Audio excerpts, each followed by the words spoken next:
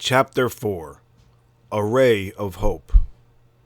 Accompanied by the captain and her Aunt Evelyn, Helen went to see Dr. Bell. Her mother carefully curled Helen's hair before she left. Helen looked like an angel. She was about 6 years old now. Helen walked into Bell's office, and the two became friends right away. Helen got on Bell's lap. The young child and the inventor felt at home with each other.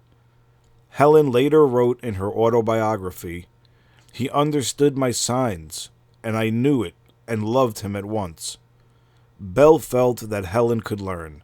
He thought she was a smart and sensible girl. He wanted to see her succeed. Maybe, just maybe, Helen Keller could lead a more normal life.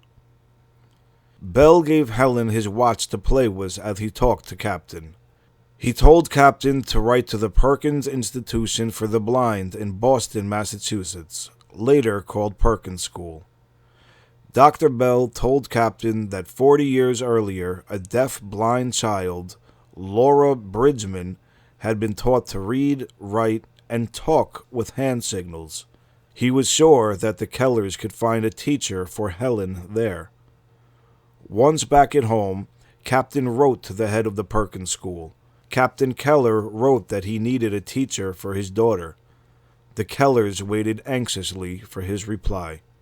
Michael Lanagnos, the head of Perkins, wrote back that he did have a teacher in mind. Her name was Annie Sullivan. The Kellers were thrilled. What they did not know was that Annie Sullivan still needed to be convinced to take the job.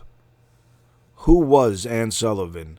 Anne, or Annie as she was called, was an orphan who had a very hard and lonely life. As a child, she had been partially blind.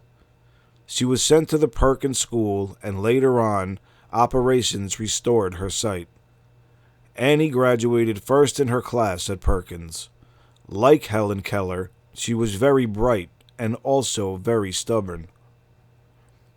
At 20, Annie had never been a teacher. She was not sure she could do the job, or even that she wanted it. Mr. Anagos kept encouraging her.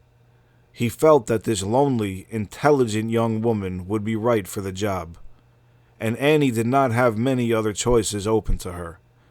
It was either take the teaching job or a job in a factory. Annie decided to take the job with the Kellers. Annie took 2 months to prepare for her new job. She had met Laura Bridgman. She learned the manual alphabet. She talked to Laura by spelling into her hand. Now she studied the different ways to teach the manual alphabet. Annie prepared the best that she could, but really she had no idea what lay before her or how her new job would change her life. Thomas Hopkins Gallaudet. Thomas Hopkins of Hartford, Connecticut, was the man who brought education to deaf children in America. He wanted to help his neighbor's young deaf daughter, Alice Gogswell. In 1816, he went to Paris, France, to study at a school for deaf people. After a few months, he returned to America, determined to start his own school. He brought a French sign language teacher back with him. In 1817, he founded the nation's first school for deaf people in Hartford, Connecticut. Soon, other schools for deaf people opened. Then, in 1864, his son founded Gallaudet University in Washington, D.C.